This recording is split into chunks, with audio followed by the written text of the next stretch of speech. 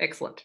All right, let's see. Lecture number 3 is going to be called Fast Radio Bursts. Now, I'll be honest with you, I don't think this one is new. I'm pretty sure this has been around for about the last year. So this might be an audio file that you guys are familiar with.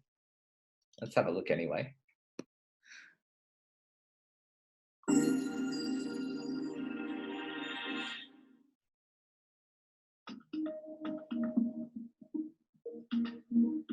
Fast radio burst is very much like what it sounds. It's a burst, a very fast burst of radio waves. It comes from outer space, a long way away. And by fast, I mean really fast. So it starts and stops in about 1,000th of a second. So you click your fingers and it's finished. Fast radio bursts are a real mystery. We don't really understand exactly where they come from or what actually makes them. And there's a lot of open questions that we really don't have an answer for. There are probably more theories about what makes fast radio bursts than there are actual detections of these things. So since 2007, we've only had 20, but there are probably 30 or 40 different theories on what makes them. The most interesting thing about this burst is the fact that we found it with the Australian square kilometre array pathfinder. So that is, it wasn't really obvious that we would be able to do this as well as we ended up being able to do it. So this telescope is really a fantastic telescope. In fact, it's probably the best telescope on the planet at the moment for finding these bursts.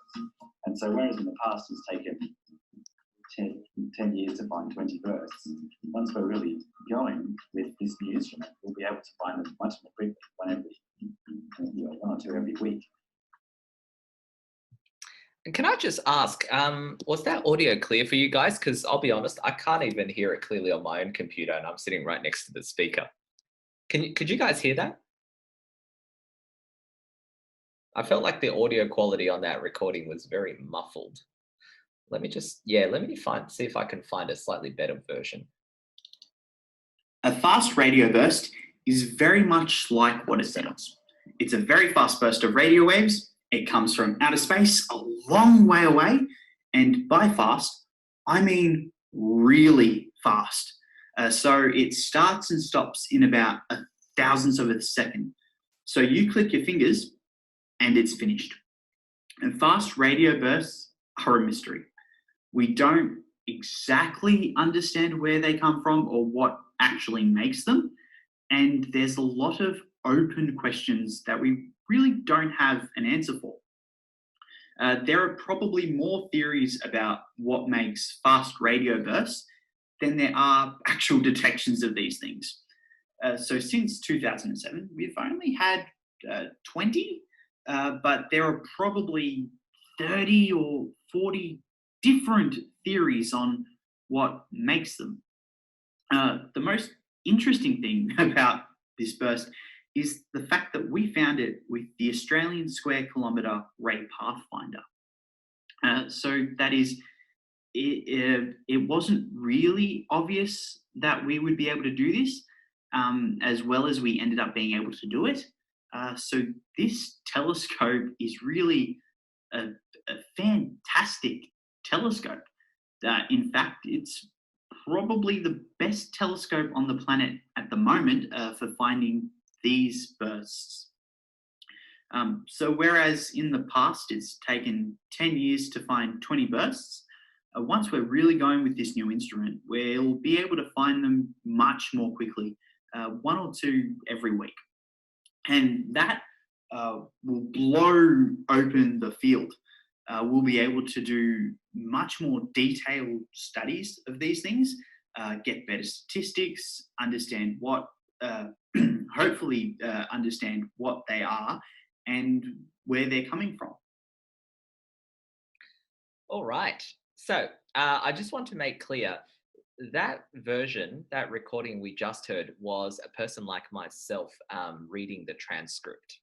The first one that wasn't clear enough, that was probably the original. Okay, this person is obviously a much clearer speaker, and the quality of the recording is better though, so we can actually understand what he's talking about. All right. So once again, would anybody like to volunteer, or should I pick someone else? Let's try picking someone. Let's see. Frankie, would you like to have a go?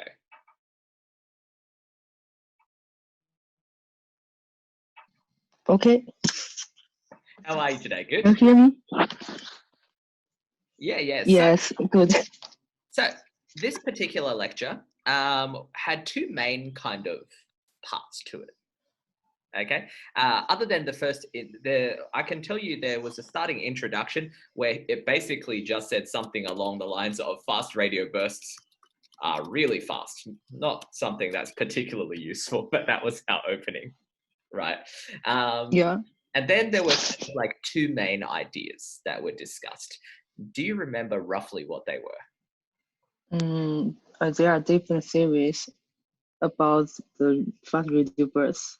Yeah, good, right? So there are a lot of theories, right, about where they come from or something like, or what they are.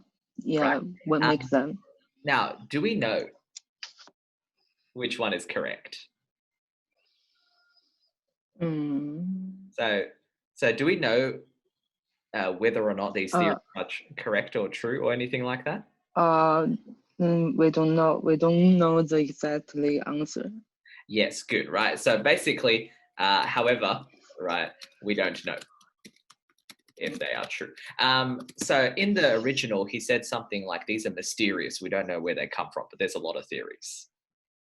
Okay, yeah. So the first main idea is basically we don't really know anything about these bursts. Okay, and then the second main idea, you remember what that was talking about? Then he started talking about something else. Talk about telescope. Perfect. And what was he saying about the telescope? What was the general idea? We can use the telescope to find the burst. Very fast. Good, right? So we can use this, let's call it this great new telescope, right? Something, I can't remember what it was called, the Australian something telescope, right?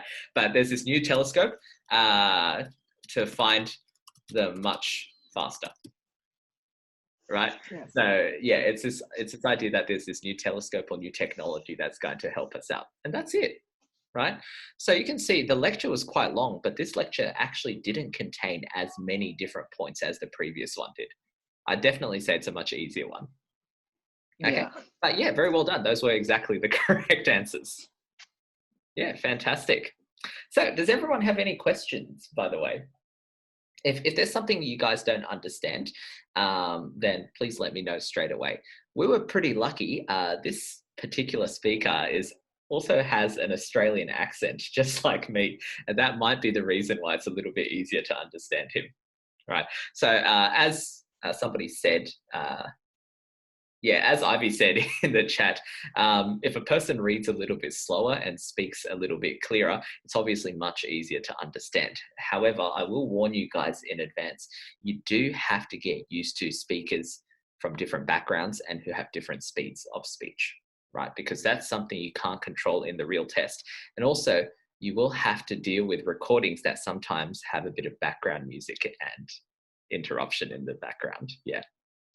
Okay, excellent. Well, very, very well done. Got the correct answer in one go.